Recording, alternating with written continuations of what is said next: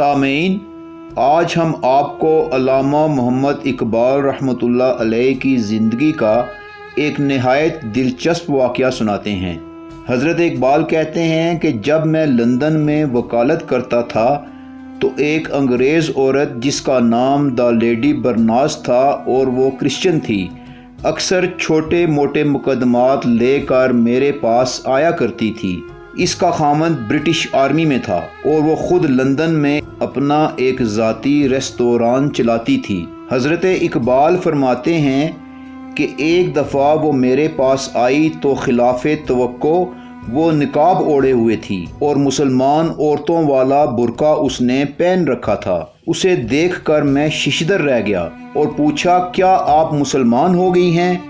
तो उसने असबात में सर हिलाया और कहा, इकबाल, मुझे यकीन था कि आप ये बात ज़रूर पूछेंगे। फिर उस औरत ने बताया कि मेरा खामद भी कलमा पढ़ के मुसलमान हो चुका है। फिर उस औरत ने किसी केस के मुतालिक इकबाल से कुछ पूछना चाहा, लेकिन इकबाल ने बहुत तजस्सुस आमेज़ लहजे में पूछा, पहले आप ये बताएं कि आप दोनों के मुसलमान होने की वजह क्या है। ये सुनकर उस अंग्रेज़ औरत ने एक ठंडी आह भरी और यूं गोया हुई, इकबाल, वैसे तो मुझे और मेरे खामद को अल्लाह ने हर आसाइश दे रखी है और हम पर उसका बड़ा फजलो करम है, लेकिन हमारी औलाद नहीं है और औलाद की ख्वाहिश में मैं टेंशन और डिप्रेशन का शिकार हो चुकी थी और दिन रात बिला वजह की परेशानियों में मुब्तला रहती थी।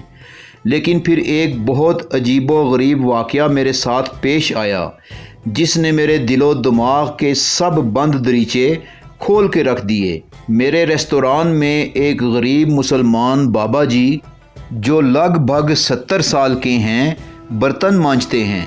वैसे तो उनका एक जवान शादीशुदा बेटा भी है, लेकिन वो अक्सर बीमार रहने की वजह से काम नहीं कर सकता। चुनांचे बाबा जी मेरे पास मजदूरी करके अपने बेटे, बहू और एक पोते का पेट पालते हैं। मैंने अपने रेस्तोरां के ऊपर तीसरी मंजिल में एक सर्वेंट क्वार्टर भी बाबा जी को रिहाइश के लिए दे रखा है। एक दिन बाबा जी मेरे पास आए और कहने लगे, मेम साहिबा, मुझे 3-4 दिन की छुट्टी चाहिए है। मैं उस वक्त अपने कारोबार का हिसाब किताब लिख रही थी। जब मैंने छुट्टी की वजह पूछी तो बाबा जी कहने लगे, मेरा बेटा फोत हो गया है। ये सुनकर मेरे हाथ से कलम गिर गई कि इस बूढ़े ज़ईफ़ का एक ही जवान बेटा और वो भी फोत हो गया। मैंने फ़ौरन गाड़ी मंगवाई और कहा कि बाबा जी को उसके घर छोड़ आओ। फिर 2 दिन बाद मैं और मेरा खामद बाबा जी को मिलने उसके घर गए। रास्ते में हम दोनों ये बातें कर रहे थे कि बाबा जी इतने बड़े सदमे में चले गए हैं कि उनका अब इस दुनिया में कोई सहारा भी नहीं रहा। हम उनसे क्या ताज़ियत करेंगे? ऐसे अल्फाज ही शायद हमारे पास नहीं हैं। जब हम वहाँ पहुँचे तो देखा कि बाबा जी एक पुरानी सी टूटी फूटी चटाई पर बैठे हैं। हमने कहा, बाबा जी, आप मुसलमान हैं, हम भला आपको क्या नसीहत कर सकते हैं और क्या तसल्ली दे सकते हैं? बाबा जी ने अपनी बूढ़ी आंखों से हमारी तरफ देखा जिनमें ईमान की रोशनी थी और कहने लगे, कैसी ताज़ियत जी, मैंने कोई पैसे जमा करा के अल्लाह से बेटा नहीं लिया था।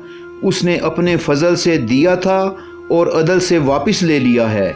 मैं अपने रब के फ़ैसले पर राज़ी हूँ क्योंकि अल्लाह बड़ा करीम है। उसका माल था, उसने ले लिया। मैंने उससे कहा, बाबा जी, आप मेरी तरफ से 1 माह की छुट्टी ले लें। तो बाबा जी कहने लगे, मेम साहिबा, मैं मुसलमान हूँ, मुफ्त की तनख्वाह नहीं खा सकता। मैं 3-4 दिन बाद काम पर आ जाऊँगा। चुनांचे चंद दिनों बाद वो काम पर आ गया। सामीन, आप देख रहे हैं दस्तक टीवी का प्रोग्राम अल्लामा मोहम्मद इकबाल रहमतुल्लाह अलैह की ज़िंदगी का एक नहायत अजीबो गरीब वाक़या। लेकिन अगर आपने अभी तक हमारा चैनल सब्सक्राइब नहीं किया तो पहले उसे सब्सक्राइब कर लें और साथ ही बेल आइकन भी प्रेस कर लें ताकि आपको हमारी मज़ीद अपडेट्स मिलती रहें। सामीन, پھر اس انگریز عورت نے علامہ محمد اقبال کو بتایا کہ ابھی 2 ماہ ہی گزرے تھے کہ ایک دن پھر بابا جی کہنے لگے میم صاحبہ مجھے 3-4 دن کی چھٹی چاہیے۔ جب میں نے وجہ پوچھی تو کہنے لگے میم صاحبہ خامند کی موت کے دکھ کی وجہ سے میری بہو بھی ہارٹ اٹیک سے فوت ہو گئی ہے۔ یہ سن کر میں تڑپ اٹھی اور میری آنکھوں میں آنسو آ گئے کہ اب تو بابا جی کے گھر کا دروازہ بھی بند ہو گیا ہے۔ 2 دن بعد میں اور میرا خامند بابا جی کے گھر اسے ملنے گئے تو وہ اسی پرانی ٹوٹی پھوٹی چٹائی پہ بیٹھا اپنی انگلیوں کے ساتھ زمین پر کچھ بنا رہا تھا۔ ہم نے اسے کہا بابا جی جو ہونا تھا وہ تو ہو گیا، اب آپ نے خود ہی اپنا حوصلہ و تسلی کرنی ہے۔ بابا جی نے آسمان کی طرف دیکھا اور کہا بیٹی کوئی پریشانی نہیں، اگر اللہ چاہتا تو میرا بیٹا اپنی شادی سے پہلے بھی فوت ہو سکتا تھا، لیکن میرے مالک کی جو مرضی تھی وہ پوری ہو گئی اور میں اپنے مالک کی رضامندی سے راضی ہوں۔ اب میری کائنات میرا یہ 4 سال کا پوتا ہے، میں انشاءاللہ 3-4 دن تک کام پر آ جاؤں گا اور اپنے پوتے کو بھی ساتھ لاؤں گا۔ یہ وہیں کوارٹر میں میرے پاس رہے گا، اسے سکول بھی داخل کراؤں گا۔ چنانچہ وہ اپنے پوتے کو ساتھ لے آیا اور اسے سکول بھی داخل کرا دیا اور خود ہی اس کی ماں اور باپ بن کر اسے پالنے لگا۔ ایک روز جب میں سیڑھیاں چڑھ کر اوپر ان کے کوارٹر کی طرف گئی تو دیکھا کہ دادا گھوڑا بنا ہوا ہے اور پوتا اس کی پیٹھ پر بیٹھ کر سواری کر رہا ہے۔ میں یہ دیکھ کر بہت خوش ہوئی کہ بابا جی ٹھیک ہی کہتے تھے، اللہ بڑا بے نیاز ہے۔ پھر میم صاحبہ نے اقبال کو بتایا کہ ایک دن اس کا پوتا 3ری منزل سے پیر پھسلنے کی وجہ سے گردن کے بل زمین پر آ گرا۔ میں نے فوراً ایمبولینس منگوائی تو بابا جی نے خون سے لتھڑے ہوئے اپنے پوتے کو گود میں لیا اور ایمبولینس میں بیٹھ گئے۔ ابھی ہم ہسپتال نہ پہنچے تھے کہ بچے نے دم توڑ دیا۔ پھر بابا جی نے اپنے ہاتھوں سے اس کی قبر کھودی، اسے غسل دیا، اسے قبر میں رکھ کے اوپر سے مٹی ڈالی اور کہا انا للہ و انا الیہ راجعون۔ اگر میرا مالک میرے دکھ سے راضی ہے تو میں نے سکھ کا کیا کرنا جی۔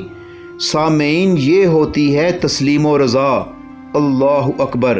میم صاحبہ کہتی ہیں میں نے بابا جی سے کہا آپ تو ٹوٹ چکے ہیں، بکھر چکے ہیں، لیکن بابا جی نے آنکھوں سے آنسو صاف کیے اور کہنے لگے کیوں جی میرا کوئی رب نہیں ہے، میں کوئی لاوارث ہوں، میں کیوں پریشان ہوں، بہت جلد میں بھی قبر میں چلا جاؤں گا، پھر اللہ پاک مجھے جنت میں میرے بیٹے اور پوتے سے بھی ملا دیں گے۔ میم صاحبہ میں اپنے اللہ کی رضا میں بہت راضی ہوں۔ وہ انگریز عورت کہتی ہیں کہ بابا جی کی باتیں سن کر میرا اور میرے شوہر کا کلیجہ پھٹنے لگا۔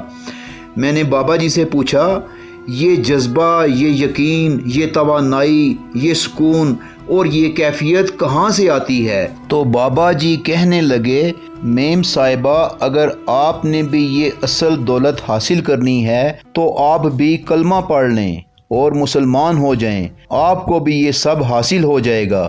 پھر اس انگریز عورت نے حضرت اقبال کو بتایا کہ میں نے اور میرے خامند نے سچے دل سے کلمہ پڑھ لیا ہے اور اب ہم مسلمان ہیں۔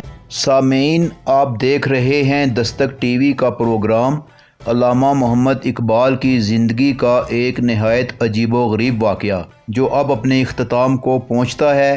انشاءاللہ بہت جلد ہم اپنے اگلے پروگرام کے ساتھ دوبارہ آپ کی خدمت میں حاضر ہوں گے۔ اس وقت تک کے لیے اجازت چاہیں گے۔ اللہ نگہبان۔